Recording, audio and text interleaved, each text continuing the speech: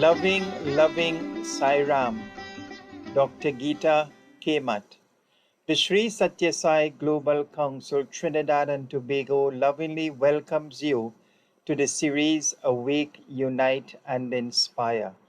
We are extremely blessed, fortunate, and honored to have you as our guest on this evening's program. So, Sister Geetha, share with us, how did you first come into contact with our beloved Mother Sai? Sairam brothers, Faiz, I just want to offer my loving pranams to the lotus feet of Bhagavan. I also want to say loving Sairams to all the devotees in Trinidad and all the viewers. I came into Swami's fold at a very young age. My journey started very early, and it is because of my parents who were ardent devotees of Swami. I just want to say a few things about my father. My father was a very loving person. He loved Swami. His entire life he dedicated to Swami's mission. Just to illustrate a small story, once he was in Prashanthi Nilayam in the Darshan line, and Swami was in the veranda with the students, and Swami told the students, I'm going to show you all a real devotee of God. And he looked at one of the volunteers and told him, go and get Mr. Poi. Swami always called my father Poi, even though his last name is Pai. And he always said, Poi is the correct way to pronounce. So my father was called by this volunteer. My father comes running. You know, when Swami calls, you know, you don't stop. He came, he fell at Swami's feet. And Swami told the students, see, this is a real devotee. And that's how he was. He did not read many books, but he always thought about Swami. If he sat in a corner and if you go and ask him, what are you thinking? He would say, I wonder if Swami would like this, or I wonder if I can do this for Swami. And that is the reason Swami used to write all kinds of letters to him, because he would do anything for Swami. Swami would write for a cook, for a driver, for getting students to med school. No matter what he asked, he would do. Swami, in fact, said one time, if I asked Pai to get tiger's milk, he would bring it for me. And that's how he was. And in fact, he never questioned Swami about anything. He was like a Hanuman. You know, like Hanuman never asked Rama how to get Sita. When Rama told him, go and get Sita, he just started going. Similarly, one time Swami asked my father, you need to start looking for alliance for your oldest daughter. And he said, go to Bombay. So my father never questions him, just buys a ticket and goes to Bombay. You know, Bombay is a big city. You know, that's how he was. That's how his devotion was. And to those wonderful parents, I was born. So you can imagine our life was always with Swami. Everything we did was around Swami. How we came to Swami was my grandfather was very ill. He had a gangrene of his right leg and he needed amputation. Since he was the elder in the family, everybody was kind of very nervous. My uncle, who is a great surgeon, was supposed to operate on him, and even he was hesitant, and my father was also wondering what to do. And he had a wonderful driver who knew all these holy men. And he said, there is a very young boy. He does all kinds of miracles. And he said, let's go there. So my father gets into the car and they go to Puttaparthi. And of course, they get to sit in the front line, just outside the Swami's interview door. Those days, this is 1959. And that was love at first sight for my father. Swami comes out, those days, Swami used to call one person, everybody who is in that car used to enter the interview room. Not like later days, everybody, my father, the driver, and a couple of people who were in the back seat, everybody went in. And Swami was very happy. And Swami said he knew why he was there and he needs to proceed with the surgery. And Swami said, I will be there during the surgery. It will be all successful. He needs to have his leg amputated. And he said, after the surgery is over, you come with your family and I will see you all. So he comes back. My grandfather's surgery is over. And of course, my father got us all in the car and we went to Puttaparthi. And Swami called the entire family. And during that interview, Swami said, to my father, you are in great difficulty. Your lifeboat is ready to get drowned, and there's a big hole in your boat. And he said, don't worry, I am the captain of your boat, he said, because my father was separated from his family business and he had just started his own business and it was not doing very well. But Swami said, I will take care of them. I will take care of your business. And my father was very much worried about the 3 children. I have a younger brother and an older sister. So all of us were there and Swami said, they are not your children. They are my children. I will make sure they get educated. I will look after them and they are mine. And Swami gave us bhajan books because in my family, my mother would never feed us in the night without a bhajan in the evening. So Swami knew that. So we all got the nice bhajan books and we got into the bhajan. And those days we used to sing other bhajans before we met Swami. And then, of course, once we knew Swami, everything was Sai bhajans, I'm going to stop there and say Sai Ram. Sister Geetha, thank you for that very wonderful sharing. Can you share with us the very first time you laid eyes on that physical form, that majestic form?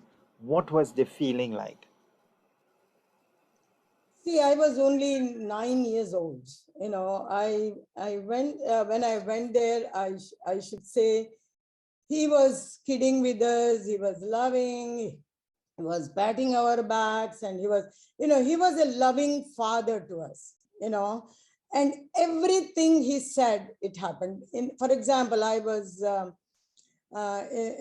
in my 4th grade or 5th grade, if I remember, and it was impossible for me to beat this one girl in the class. I always stood second and I wanted to stand first in the class. And when I saw Swami, such a silly thing to ask him, is I wanted to stand first in the class. And that summer, when I went back after the interview, I saw my name first, and it was such an excitement. And I said, oh my God, he's really God. He's really God, And after that, he boosted my confidence. I never looked back. And I was such a competitive person in class. And I never looked back and stood first all along after that. I had no difficulty. It was a wonderful experience, yes.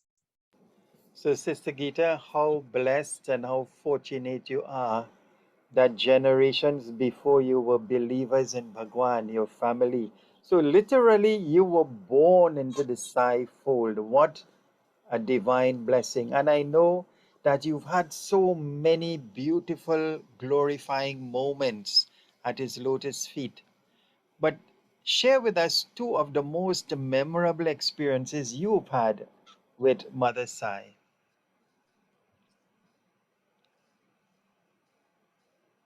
Brother Faiz, if you talk to me for next 1 month, I will have enough experiences to tell you. You know, Swami is an experience by himself. You know that anytime you are with him, it's an experience. But I will give you the two examples that you have asked. The first one was when I went to Connecticut. We both, myself and my husband, went to Connecticut for our fellowships. And we, with our oldest daughter, we had only one daughter at that time. And we had reached there just before Shivaratri. So there was a Connecticut center and there was a Shivaratri program that was going on. And we, it's from 6 o'clock in the evening to 6 o'clock in the morning. So all three of us went for the Shivaratri bhajan. And around midnight, my daughter was sick. She was developing fever. I had little Tylenol I gave her. She was still running fever. So the bhajans got over at 6 o'clock in the morning. And we left the center. We came home. And when we reached home, we were looking for our house keys, and they were completely, we could not find them. It was not in the car, and my husband was getting very upset because he remembered giving it to me as we were leaving. So I was sitting, he was going round and round the house, and I was sitting in the car because of the baby. She had high fever. It was going up to 104 fever, and she was saying, "Mommy, say Sai Ram, Sai Ram. When you say Sai Ram, I feel better."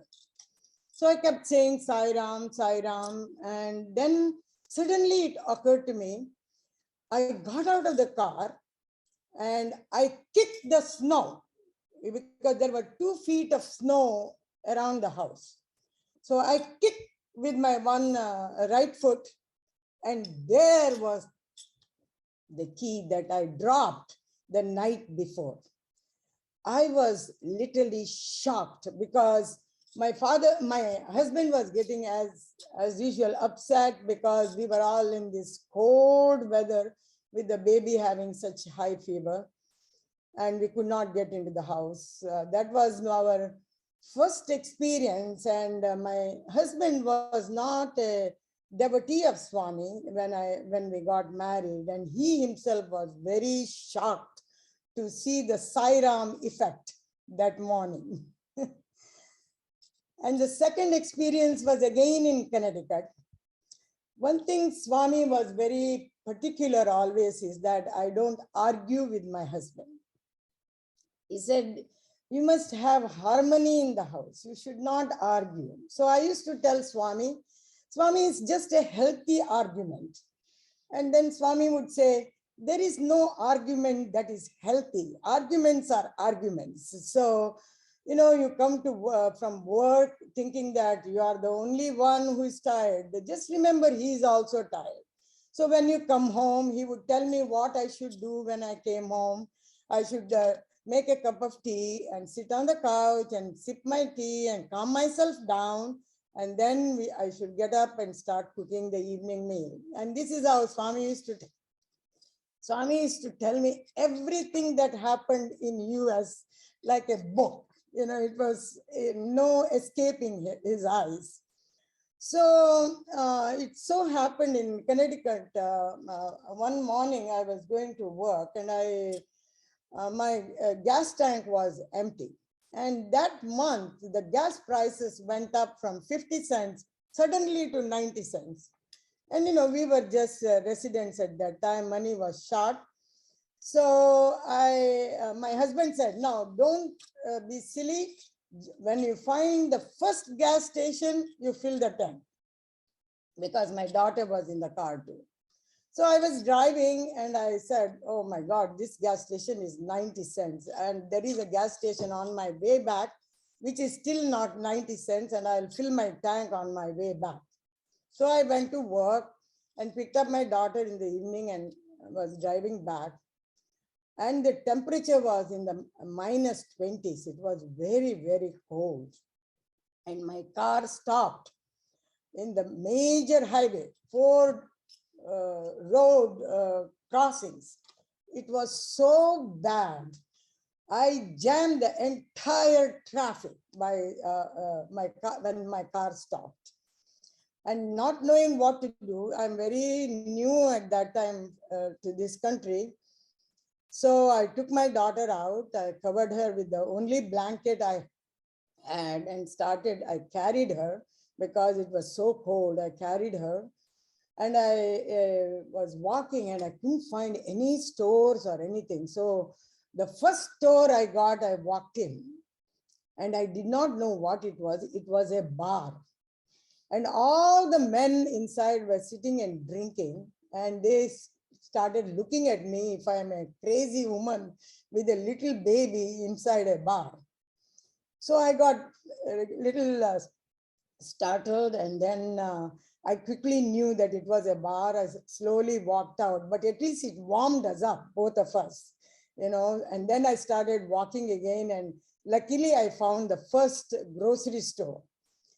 And the grocery store in the evenings, are, as you know, is always full. There were so many people. And I went to the manager. There was a big line in front of the manager. I was thinking of asking some help from him. And as I was standing in the line, there was a lady behind me, started playing with my daughter. And then she asked me, then I took courage to ask this lady. She was an American lady. They are usually much smarter than Indian ones. So I said, my car has stopped. I ran out of gas. She said, no worries, I will help you. So she got out of the line. I don't even know what she was in the line for, but she got out of the line. We both walked to her car and she put my daughter, she had 4 daughters in her car waiting for her. So we went in, got into the car. She took me to the gas station, and she was so nice. She went inside a store and got a container, filled it with gas, and then she took me to the highway where I had completely jammed the traffic. Finally, she was able to get us behind my car, and she looked at me and she knew that I didn't know how to put the gas in the gas tank. So she quickly got out of the car, put the gas in the car, and then I put my daughter in the back, and she said, go quickly, and I quickly got in and started driving. Believe it or not, I looked back and I could not see that car. I did not see that car. So I came home. And of course, I got some verbal beating from my husband, and I was able to bear that. But 2 months later, we went to India, and I got the beating from the real father during the interview. And he said, why don't you listen to your husband? You cause so much problem. So it was, Swami was trying to transform me, because I was a very stubborn person. Luckily, he gave me a wonderful husband who was able to withstand all my temper tantrums and things like that. Swami used to call my husband gold without any mix. Usually gold has a mix, but he said he is pure gold. He said, I gave you pure gold, he would say, So that was the second experience, Sairam. Sister Geeta, that was absolutely amazing. Absolutely amazing and inspiring to see the love and compassion of Swami and how, without you even asking, he sent help. But tell me, all the time you went to the bar and then to the grocery shop, the vehicle was in the highway causing massive traffic, isn't it? Yes, yes. It was so bad. I was so embarrassed. Now, ever since that has happened, I always look at the gas tank. Even if it is half a tank, I still fill it. I never go below that anymore. I learned a lesson. I definitely learned a lesson. I didn't want to disturb Swami again. So, Sister Geeta, in my personal experience, the opposite happens generally in the marriage. I would normally recommend to husbands, please listen to your wives, they will take you to heaven. But in your situation, it's reversed now. You have to Yes, listen to your husband, he will yes. take you to heaven. And Swami has blessed you to hear the avatar himself physically tell you that your husband is like pure gold. What a blessing! What a blessing. So please listen to him and all will be well. Thank you. So, Sister Geeta, those were two wonderful experiences. But can you share another memorable experience from your professional standpoint as a medical doctor? I know you've been involved in a lot of medical camps, so many areas throughout and countries. Can you share one such experience along Sure. that line? Sure. Um, I will tell you experience right in Puttaparthi. I started going for this international medical camps in the early in the 1970s. And after my internship, I did not have a lot of experience. You need experience, like critical care experiences in Puttaparthi, because they crash on you. So anyway, during my first medical camp, we used to have a big tent in front of there was no round building or anything at that time. Where the round building one was, there used to be a big tent, and that was a medical campsite. And during the calls, you had to sleep in the tent. The doctor had to sleep in the tent. So it was my call day, and I was not really prepared. I didn't know any critical care experience or anything like that. Anyway, I was praying to Swami. Swami, please don't give me any emergencies. Okay, please. And I was happy. It was around 4 o'clock in the morning. And I thought another 2 hours, my calls will be over. Thank God Swami has saved me. This Swami doesn't leave you alone. Swami wants you to get out of that fear. He has lessons to teach you. So around 4 o'clock, of course, the volunteers came running to the tent, and they said there is one lady, she's not responding, so you need to go to the shed. So I took these volunteers. I had an emergency kit and went to her shed. When I went to the shed, she was unresponsive. And one thing I found out, she was a foreigner and she doesn't speak English, I believe, but she was not responding. Her a friend who was there in the same room told me she's diabetic. So I knew one thing, that I have to give her sugar. So I had a glucose syringe, and I wanted to start an IV in her arm.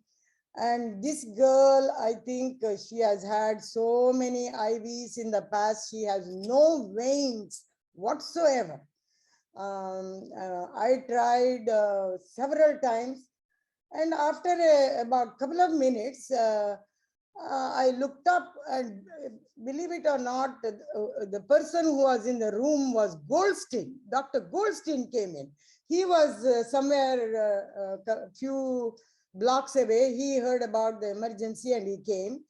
And he is a typical American physician, and he said, order a stat blood sugar, order a stat potassium. So I looked up and said, Dr. Goldstein, this is Puttaparthi. Where do you get stat lab work? Leave alone. I want to just start an IV and give her some sugar. So nothing was happening. I don't know whether he tried to put the IV or not. I can't remember. But anyway, we decided, there was no stretcher, no ambulance, nothing. So we put this patient on a chair, and two volunteers picked up the two legs of the chair. Myself in front, Dr. Goldstein holding the other chair. We walked behind Swami's Nilayam and went up the hill to the general hospital. We ran, Sairam, Sairam. We were running up the hill. We made it to the general hospital. I went there and I was able to start an IV in the knuckle. And we gave her the sugar and she woke up and she was fine. But she was a very brittle diabetic. 7 days, she was my only patient. I was going there morning. She would give the wrong doses of insulin. No matter what you tell her, she would do her own thing. 7 days I worked on this lady. And then 7th day, end of the camp, and I handed over her to another physician. And then I came, I was having a last darshan of Swami, because all 7 days I didn't even go to the Nilayam. Swami tells all the doctors not to come to see him.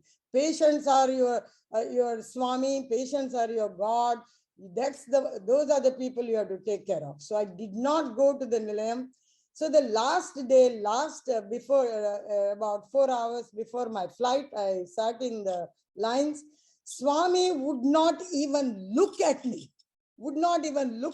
So I felt very sad. So I got into the taxi and came back to US. And of course, my parents were there still after the camp, and because they stay back till Swami gives them, permission to leave. And Swami calls my father and mother, and Swami tells, my father told him, "Oh, Swami, my daughter was here. This is her first camp. She came." So Swami says, "Oh, she did such a good job. She took care of a patient all 7 days." And now he sends me a message. He didn't want to inflate my ego there, but that's how Swami is. Yes. Wonderful, wonderful sharing. What an example of selfless, dedicated seva. Sacrificing all your darshan to serve Swami in that form. And then look at the blessing that he gave you. Really, really inspiring and amazing, sister. So, sister, the next question: what does Sai Baba mean to you today? If you want one word answer, he's everything to me. He's everything to me. He's my father, he's my father, he's a guru, he's God, he's a friend, he's everything. He's my constant companion. He's with me 24/7. I talk to him all the time. When I'm seeing also patients, I talk to him. I talk to him in the car. He's an amazing God. And I tell you, we are so fortunate to have have come in contact with this avatar. Yes, he's God, he's God, he's God. Thank you very much, sister. He is everything. That is such a powerful statement. And you maintain that constant communication and contact with him all throughout your day.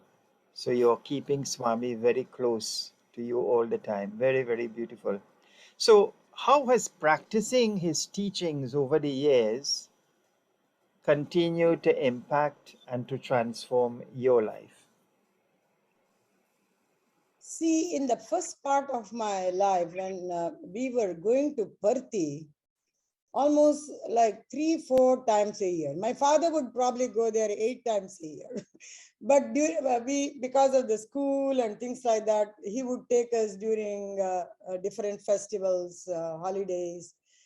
And we did not study his teachings, or we are not growing actually, I think, spiritually. But we loved him. We loved him. We went to him with all the difficulties. everything he would solve. Everything he would solve. I would give you an example.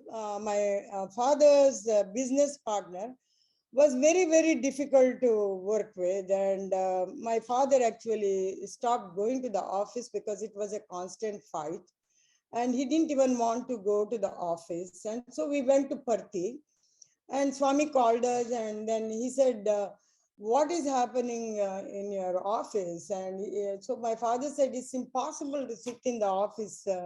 So many difficulties. And so, Swami, what should we do? Swami said, right after this interview, drive to Mangalore. Tomorrow morning at 11 o'clock, go to your office. At 2 o'clock, he's going to throw the keys of your office on your table. He will never come back to the office again. Can you imagine that? Can you imagine that? And we go back. My father did exactly what Swami said. 2 o'clock, sharp, this guy puts the keys on my father's table and he's gone. He's gone. And that's how immediate it was. And he was there to solve all our problems. There was nothing he could not do. He got us education. He got us married. He, found spouses for us. Everything he did. So we were not growing spiritually, in my opinion. In retrospect, I'm saying this. So he nicely packed my bag and put me in the plane and got me married to a guy in US. And I'm here, okay? And it was a kind of a withdrawal from divinity, all of a sudden you don't have his contact, you don't get into the car and run to Parthi with your problems. You have to learn to solve all your problems yourself now. You have to take charge. And it was hurting. It was hurting. I would call my parents and, cry. I was upset over this, over that. And my husband was a complete opposite. He is always calm because he did not grow up with his parents. He was in India. He wanted to go to school in India. His parents were in Bahrain, Middle East. So he grew up in India, but he knew how to take care of himself. But I was the complete opposite. So slowly and steadily, I started opening Swami's books, started reading his books, understand his message, so changes were happening in my life because all of a sudden I had to take care of myself. In fact, when I went to Parthi, I asked Swami, I'm not happy in US. And Swami would say, stay there 5 more years. Stay there 5 more years. I've been here 40 years. 5 more years, he would say.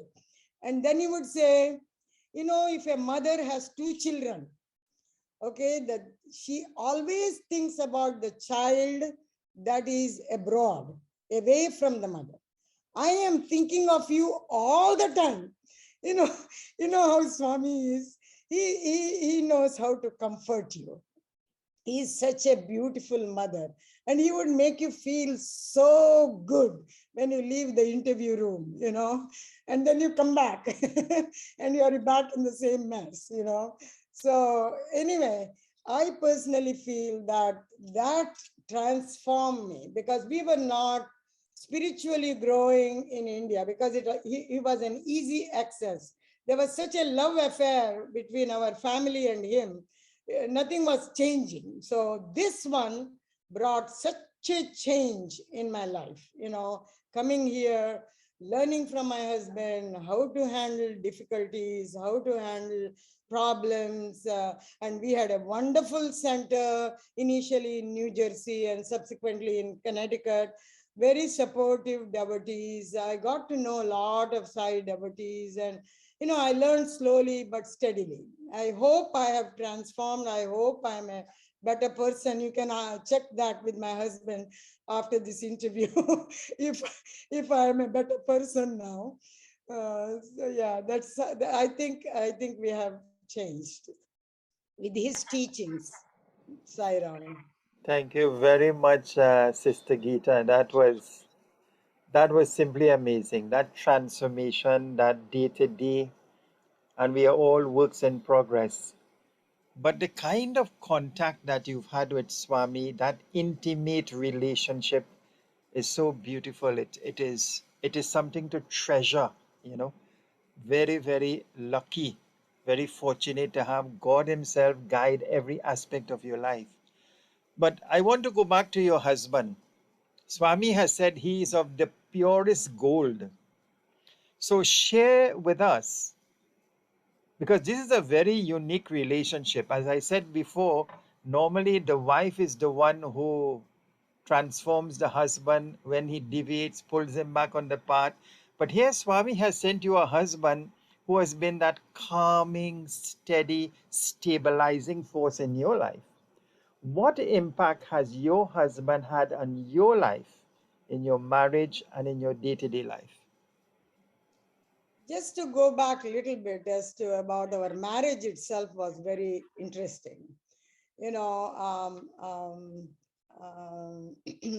after my oldest sister, Swami was very much interested in getting my brother married too, because his one of his great devotees' daughter, he wanted the two families connected.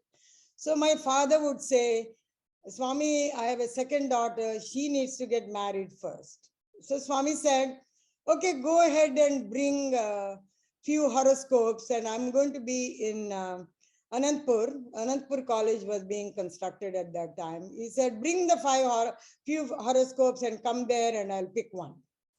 So my father, as usual, picks up several horoscopes and goes to Anandpur. And he calls him for an interview, and then he says, in the evening you come by yourself with all the horoscopes and I'll pick one. And lot of things happened during that interview. It was such a beautiful interview. Swami even created water, fresh water in a cup from Manas Sarovar for my father and made him drink that. It's a beautiful experience. As I said, I can't, I don't want to deviate from my talk. Can you see the video? Yeah. Okay. So Swami called him in the evening and Swami picked one horoscope, and he said, okay, this boy, their family will pick up the first girl who arrives at their doorstep. They don't like to see too many girls, things like that. And Swami gave him all kinds of special instructions how to get to my husband's house, the family home. And this was about 30 miles from our house in Mangalore. So Swami said, don't take the main road, take the side road. And of course, we reached there. I met my would-be husband at that time for about not more than 5 to 10 minutes. And we got engaged, and marriage was within about 7 days. And of course, I did not have the visa to come over here, and so I had to stay in India for a while, and then I came here. He was a gastroenterologist, and he was doing his chief residency here. So I came and joined him about 4 months later. And my husband, as I said,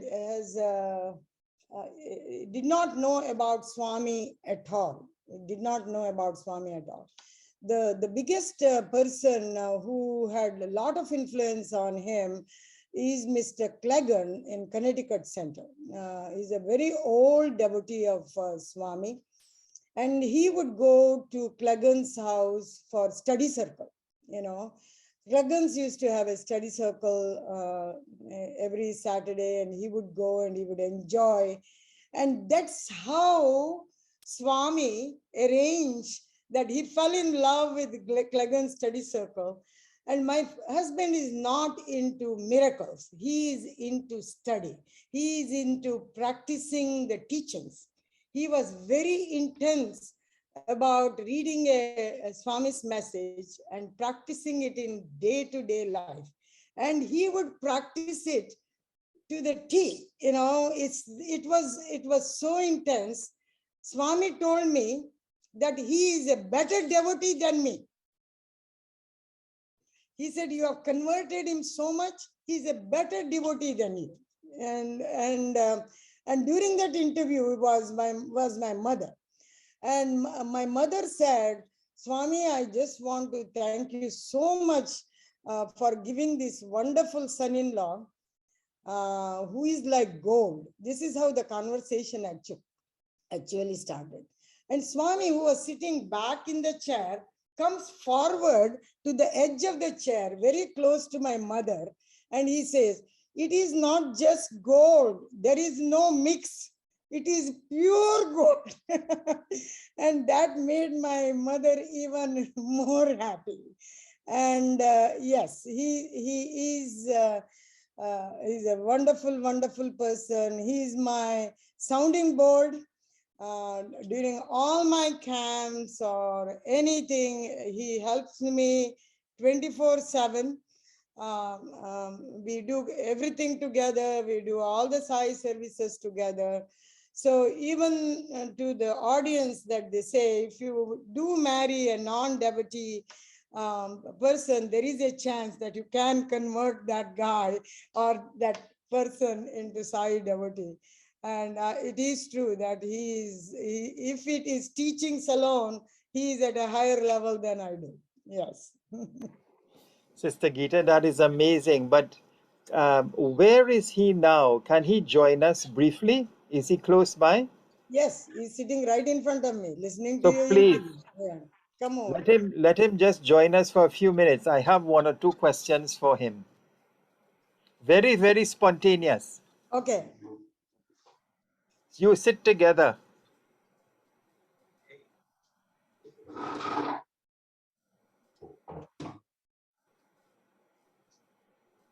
Sairam. Loving, loving Sairam. So, brother, how do you pronounce your name? Jaya Prakash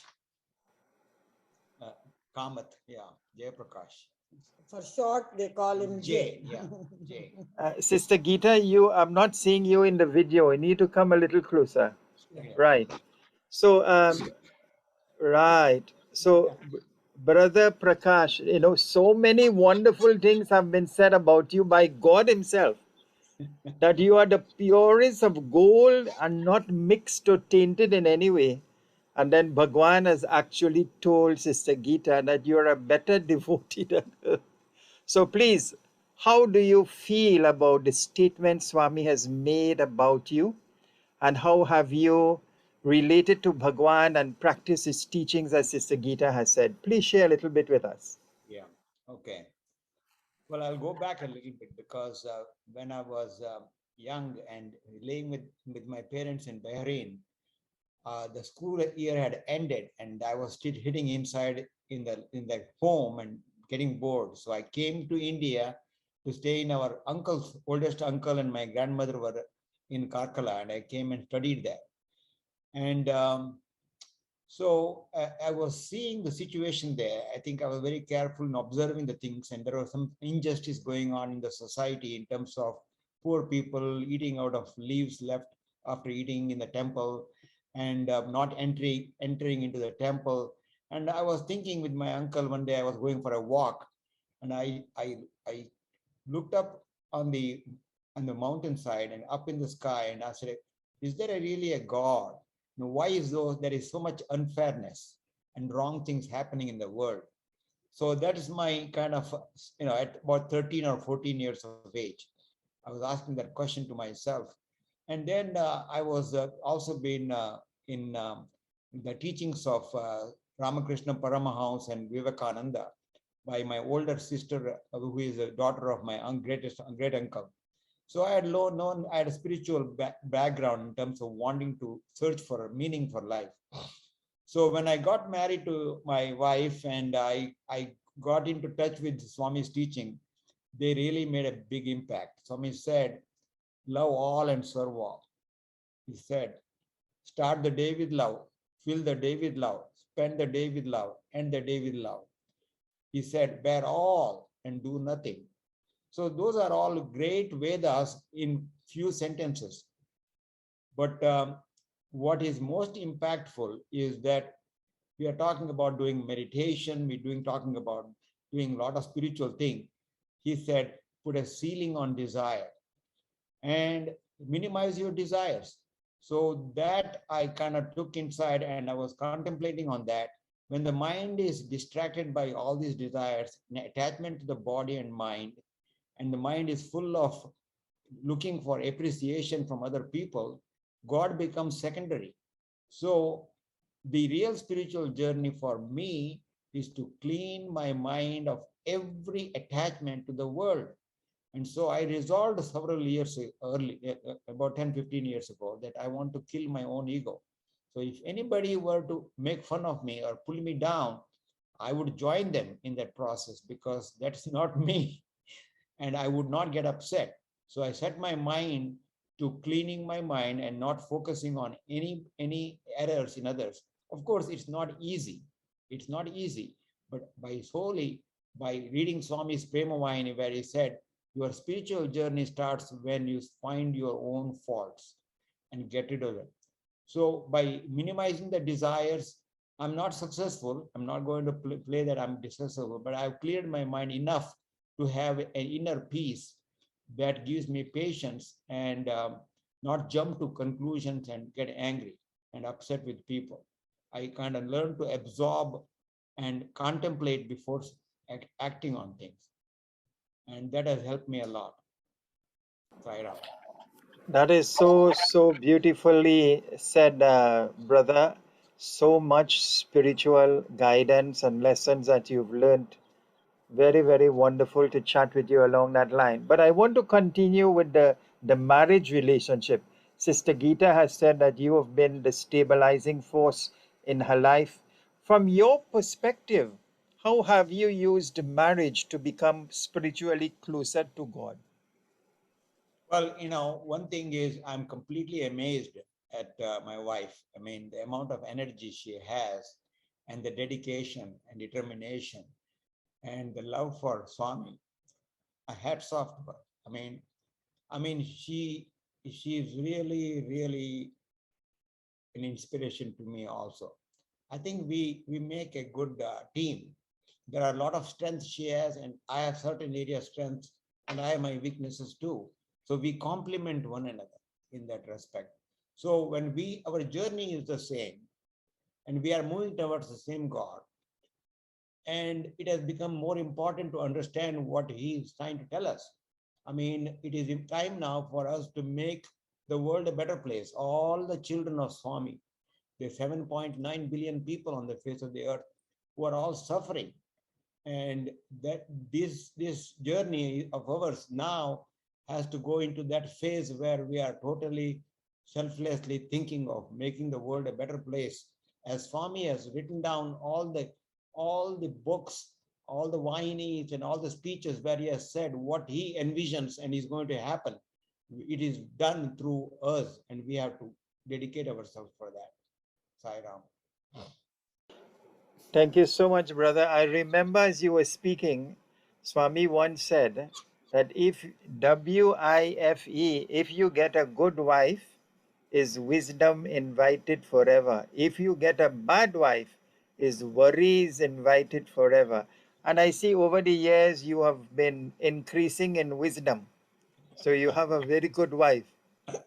Thank you. Bhagwan's blessings. Yes, please go ahead. No, I said I agree fully with what you said, Sai Ram. So I want to take this opportunity to continue to wish you, both of you all, Bhagwan's blessings, continued guidance for many more years of marital bliss and closeness to God. So, brother, thank you for sharing. I will now continue with Sister Geetha.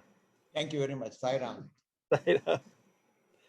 So, Sister Geetha, the next question: why should we remain as devotees connected to the physical Prashanthi Nilayam? Prashanthi Nilayam is my first home. For me, that's the place I grew up. That's the place I came in close contact with my guru. That's where I got educated. That's where I learned what service is all about. So Prashanthi Nilayam, there is no way we can ever even remotely think of disconnecting. Okay, so Prashanthi Nilayam, in fact, when I go to India, I may not go to my hometown, but I will make sure I go to Prashanthi. Even after Swami has left his physical form, I still go there even for a day to pay respects. It means so much to me. Now, I know people say that Prashanthi Nilayam can be in your heart. If Prashanthi Nilayam is your heart, then the resident, the supreme resident should be staying in that Prashanthi Nilayam, in which case everything that you do, everything that you say, and everything that you think has to be extremely pure. Then only you can claim that Prashanthi Nilayam is in your heart. But otherwise, the Prashanthi Nilayam is the main root of the tree. If you cut that root, I think we will all be committing suicide.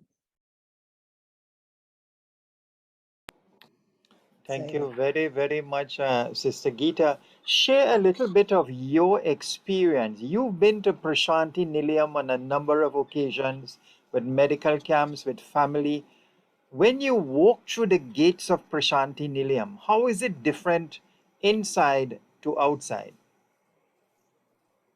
I don't even have to go near the gates. When you are about near 40 to 50 miles from Prashanthi Nilayam, you started feeling different. This is for me, even as a child.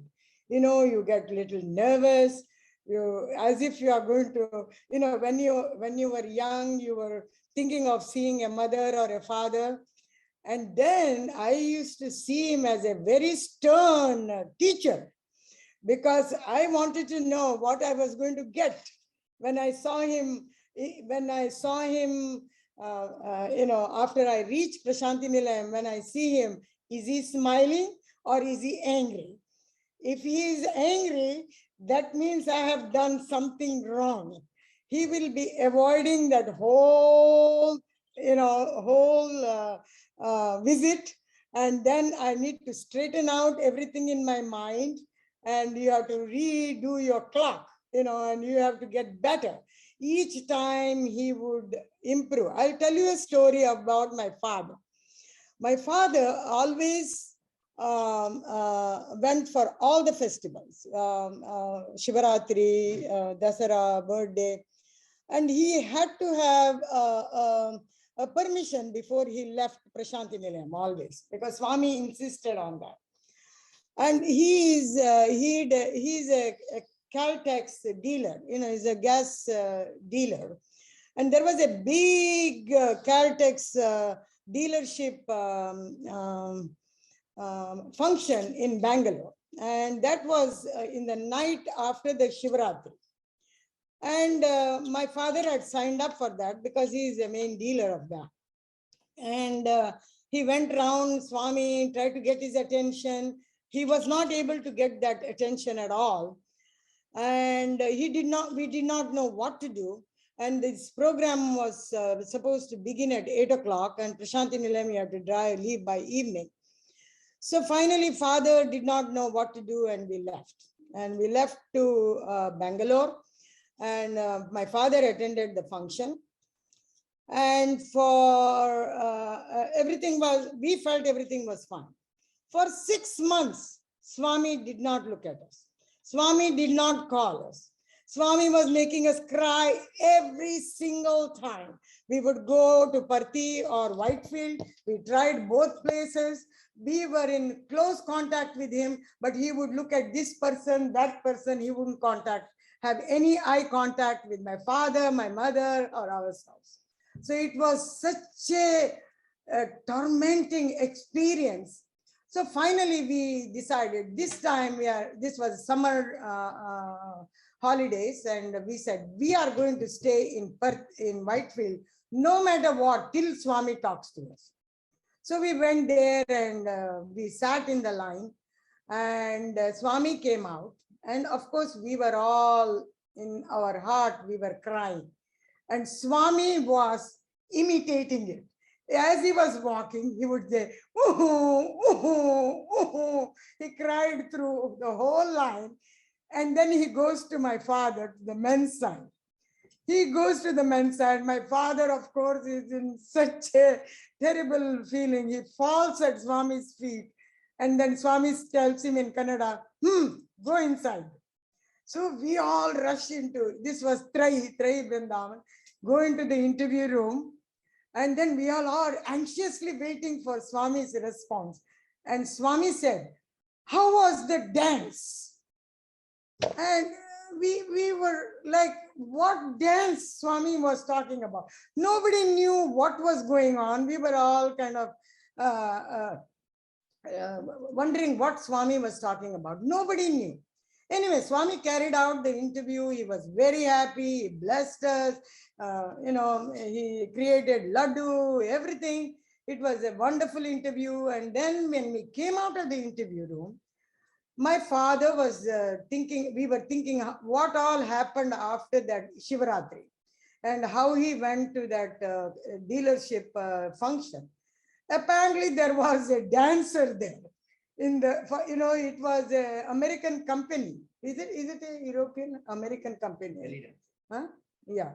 They usually have dancers during the functions that they come to your table and, oh my God, Swami punished us so badly for that one incident, So, Swami is so aware of everything that goes on in our life, and he corrected. Of course, after that event, my father never went for any dealership meetings or anything like that.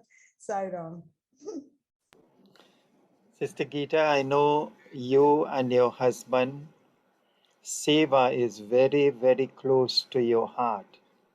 In fact, throughout your life, and especially through the practicing of your medicine as doctors, you all have rendered so much wonderful seva throughout the world.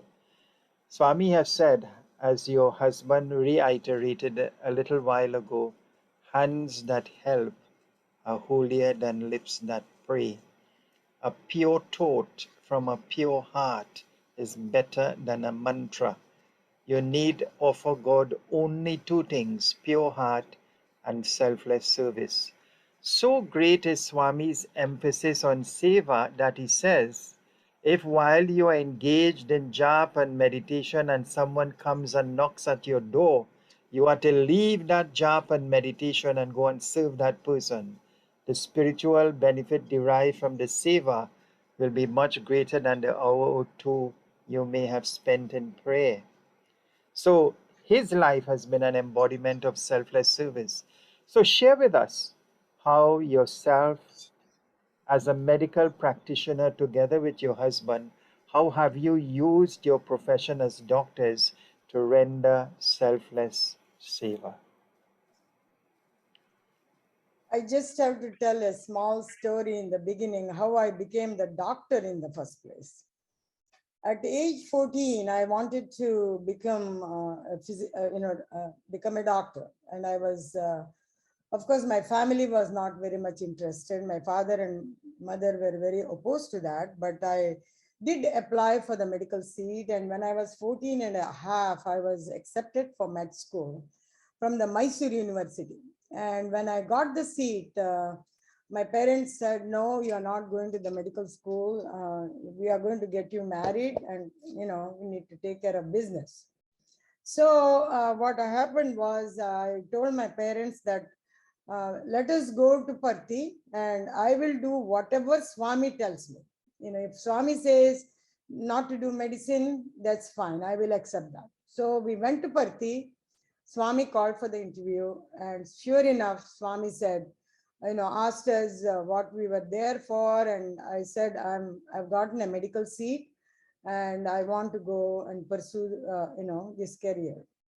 Swami immediately said, definitely, you are going to join the med school, and you're going to pursue this.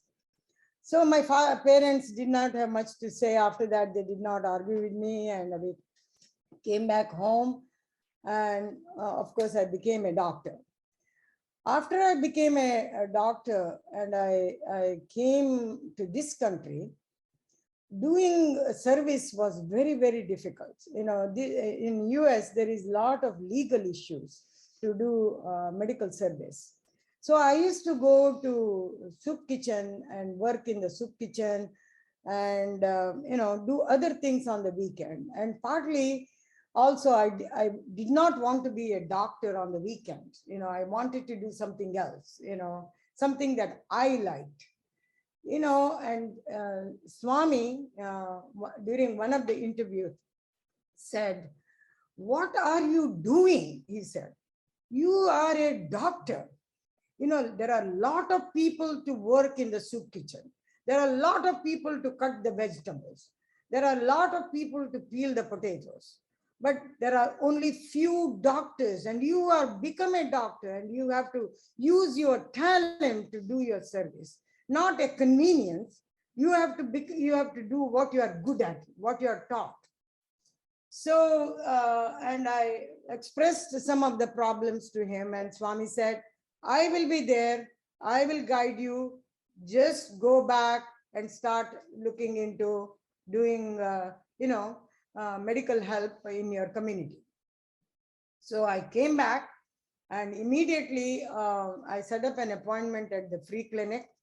And I was a little nervous about going to the free clinic. Normally they will ask questions, and it's like Swami took out all the roadblocks going to the free clinic. When the minute I went there, I was greeted by a nurse who was the nurse in the hospital I worked before. So I knew her very well. So she was so friendly, and she took me to the CEO of the free clinic. And that CEO was a principal of my kids' school. So I knew her also very well. So both of them took me to this medical director. She was the hard nut to break. But both of them convinced this medical director, and sure enough, she said, "I will give you about 3 to 6 months to start a Saturday clinic." And because in the weekdays we had work, so she would open the clinic on the Saturdays for the people in the community who work also in the weekdays, so they can come on the weekend and get medical help. So that's how we started our free clinic. And another thing I was doing at that time was the screening camp. Every time you screen a patient for blood pressure or diabetes or heart problem, there was no follow-up to these patients. You screen them and you tell them the problem, then they're gone. You don't even know what happens to them. Now that I have had the free clinic, when I screen the patients in the screening camp, they were able to come to the free clinic and continue their care. So that was one good thing that Swami started for me. So that was the first service, medical services that we did.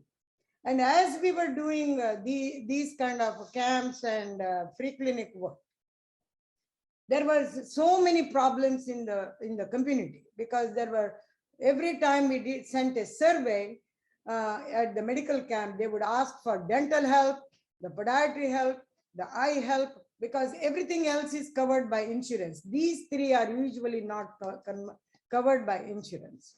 So that's how, with all the help from the local hospital, actually there was a death of a patient who was only 26 years old with a dental problem. She died of a heart problem. And because the dental infection went into her heart valve and got what is called as an endocarditis, and she died from that. So the hospital CEOs and everybody got together to get our dental camp going. And so there was a great help. This is purely Swami's direction, I tell you, it's purely Swami's help. And that's how we started doing the dental camps, where we were able to do 200 to 250 extractions. We did not take one tooth out. We were able to do full mouth. You know, this would cost thousands and thousands and thousands of dollars for the patient, and we were able to help them. So in one Saturday sitting, we were able to take care of 80 to 100 patients, you know, and we were able to clear the backlog of the other free clinics that we have. So that's how the dental camp got started. Once I was very stable with the dental camp, then I ventured into the eye camp. Eye camp was the hardest camp. I will tell you a miracle of Swami's. When I first did the eye camp flyers went out. We are going to take the first 100 visitors for the eye health. We will give you free prescription glasses, which are very, very expensive. And we will help, we will do the glaucoma check, we will do the refraction. We wrote all that on the flyer. The Wednesday before, 2 weeks before the camp, I don't have an eye doctor. I don't have a refractor. I don't have an eye technician. I don't have anything other than 25 volunteers. So I went to Swami Center, which is right next to my office. As I bursted into and cried at his feet. I said, Swami, this eye camp is in your name and the flyers have gone out and I don't have any help. I don't have anybody other than the volunteers. How are we going to do the eye camp? Please tell me if I have to cancel this eye camp. So that was my satellite office. I came back to the office. I asked my husband. My husband said, he is my sounding board. He said, don't cancel. Let's give it a few more hours, a few more days, and let's see how it happens. I spoke to the founder of our Sai Center. She is also very connected to Swami. She said, I will pray for you and don't cancel the camp yet. Believe it or not, Brother Faiz, I drove from the satellite office to my main office. And in that little drive, I had an eye doctor call me who confirmed. I had a Lions Club call me. They gave me 2 eye technicians and a refractor. And I had all the help to start the camp within about 2 hours. Within 2 hours. With that foundation, I was able to build more within about 5-6 days. And the eye camp was on, and we saw not 100, 108 patients. And we were able to give excellent care to all the patients. And similarly, I wanted to do a foot camp because foot care is very, very difficult in this country. So I met with the prayers to Swami. I met the head of the health department, and we went there and saw how we can arrange a foot camp. And I wanted to wash the feet of these people. Our aim was to do 200 patients, and we wanted to wash their feet before the foot doctors saw them. It is so happened, it was totally a miracle of Swami. The place where the patients entered, there is a shower which has not been used for about 25 years.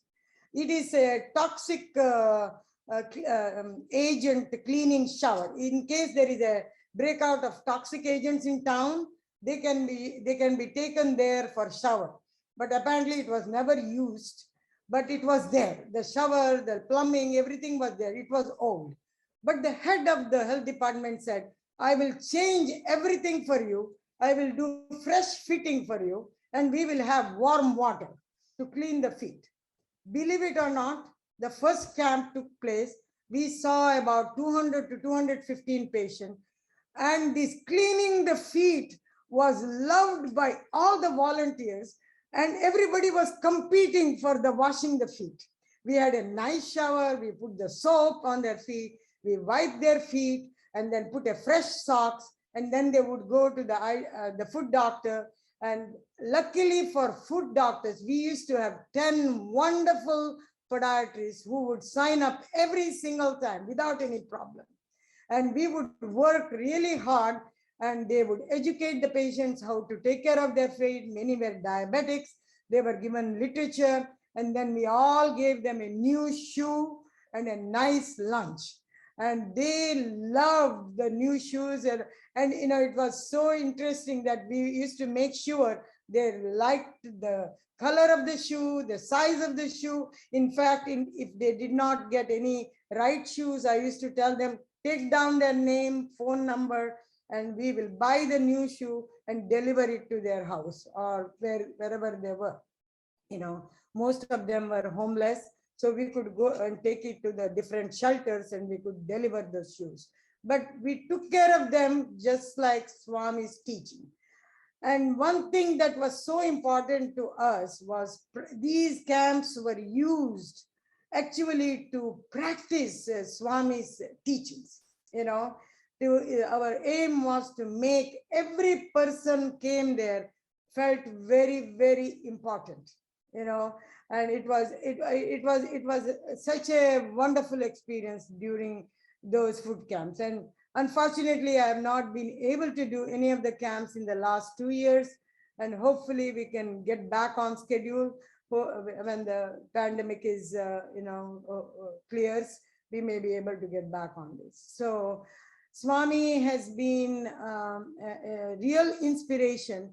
Actually, what I like about the camp is during those, from one camp to the other camp, I'm continuously conversing with Swami's guidance. And even if I forget something, Swami would remember something. Swami will remind me. Swami will tell me,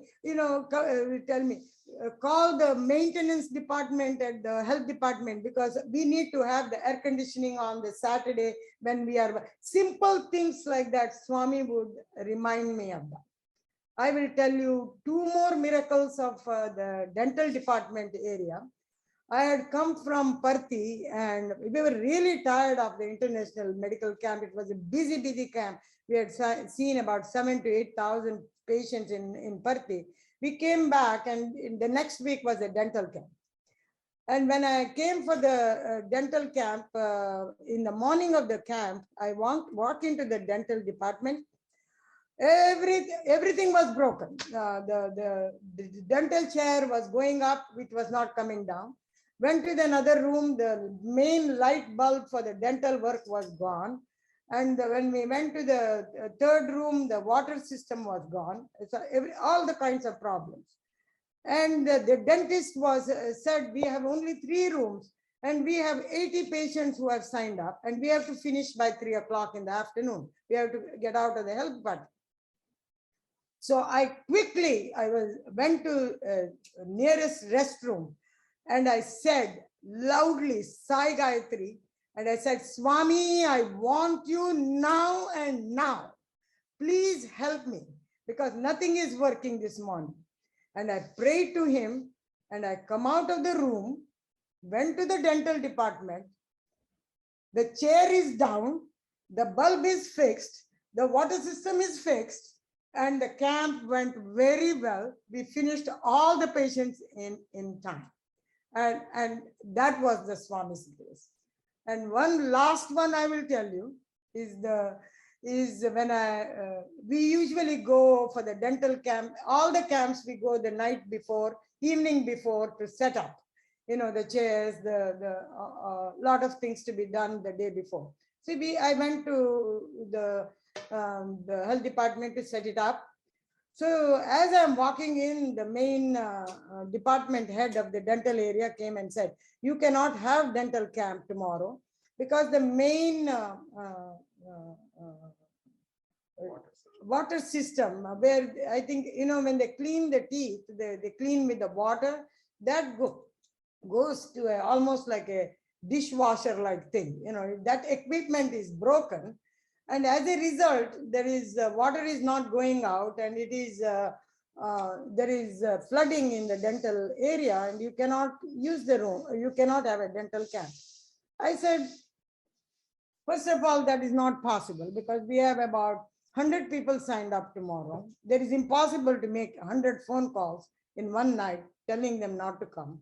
There are 15 dentists, dental assistants, all kinds of people signed up. There are about 30 volunteers who are all signed up. It's impossible to cancel a camp. But I said, uh, we will take care of there was a simple solution to that, is as the water came out of this equipment, if you catch that water, and not flood the place, we can still do it. So what I had to call the department heads of the health department itself, because I needed an okay from them to do the camp. So they all came, all big honchos, about 3 of them came down, and I told them exactly what we will do. I said, we will bring a lot of towels and everything else, and we'll keep the place clean. And if there is any damage happens to the dental department, I will bear that personally, and I will take care of this. So finally, after 1 hour of discussion, they gave me an okay, but I had a little talk with the head of the dental department there.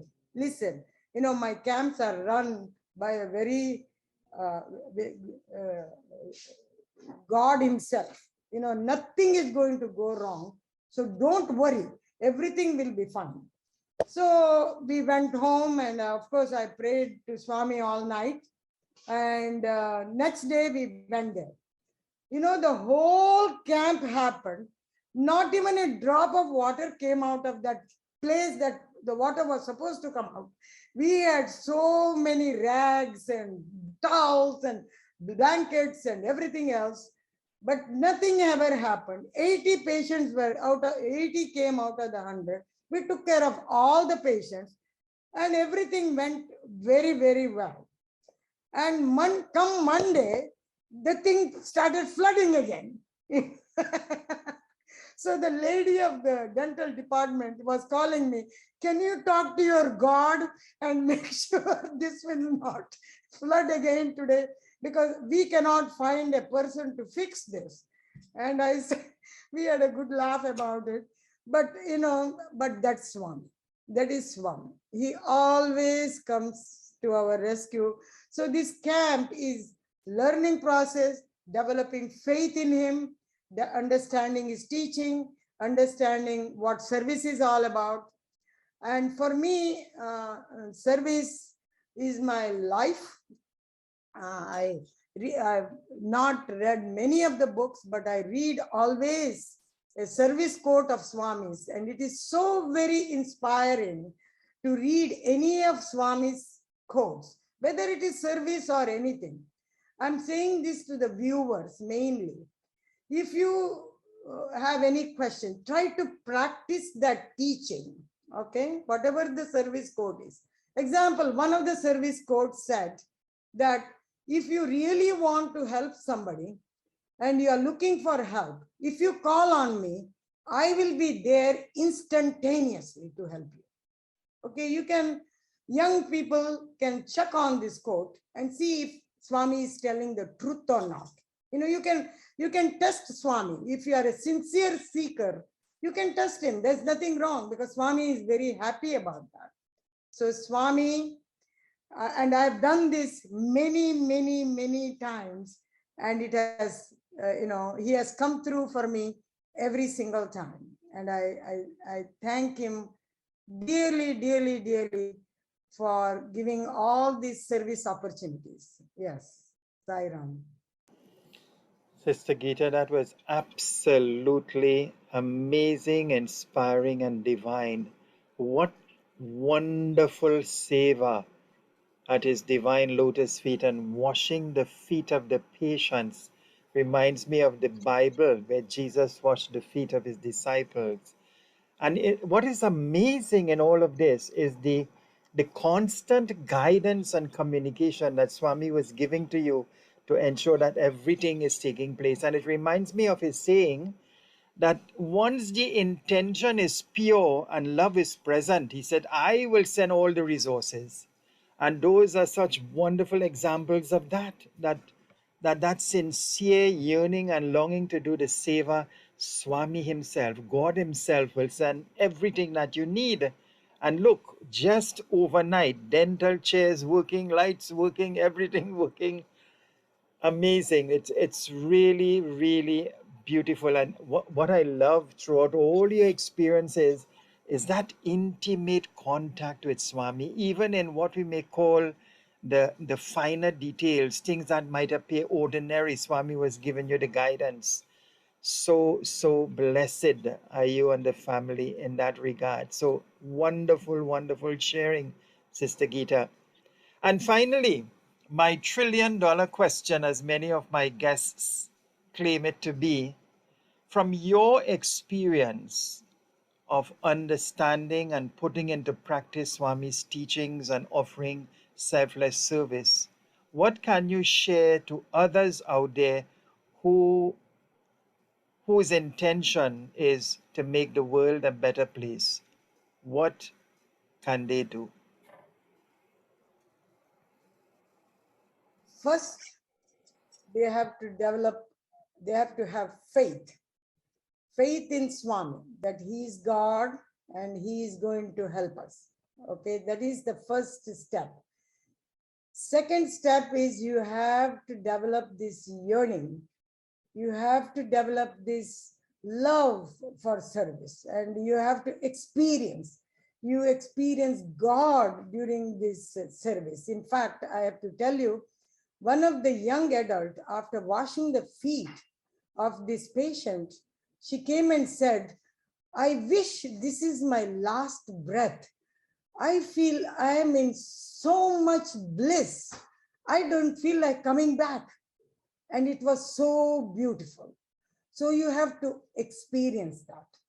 And you have to make every effort to do service. Because Swami says, we are born for only one thing, is we are born to serve. We don't have any other business in this world. Look at Swami's life. That's all he did. He served and he served and he served. Every time he took a project, one project was bigger than the other project. Something that Indian government, all the other governments combined could not do.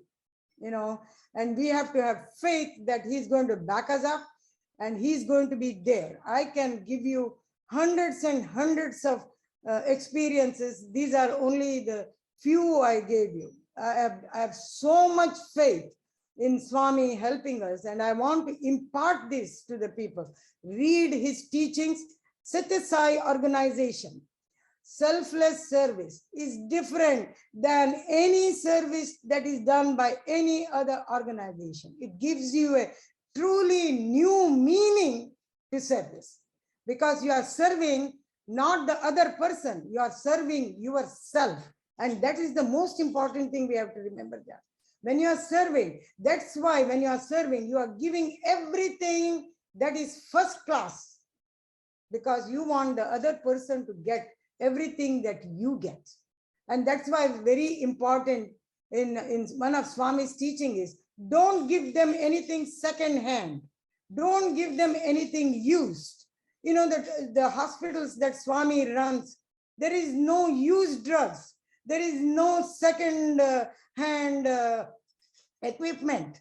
Swami always uses first class.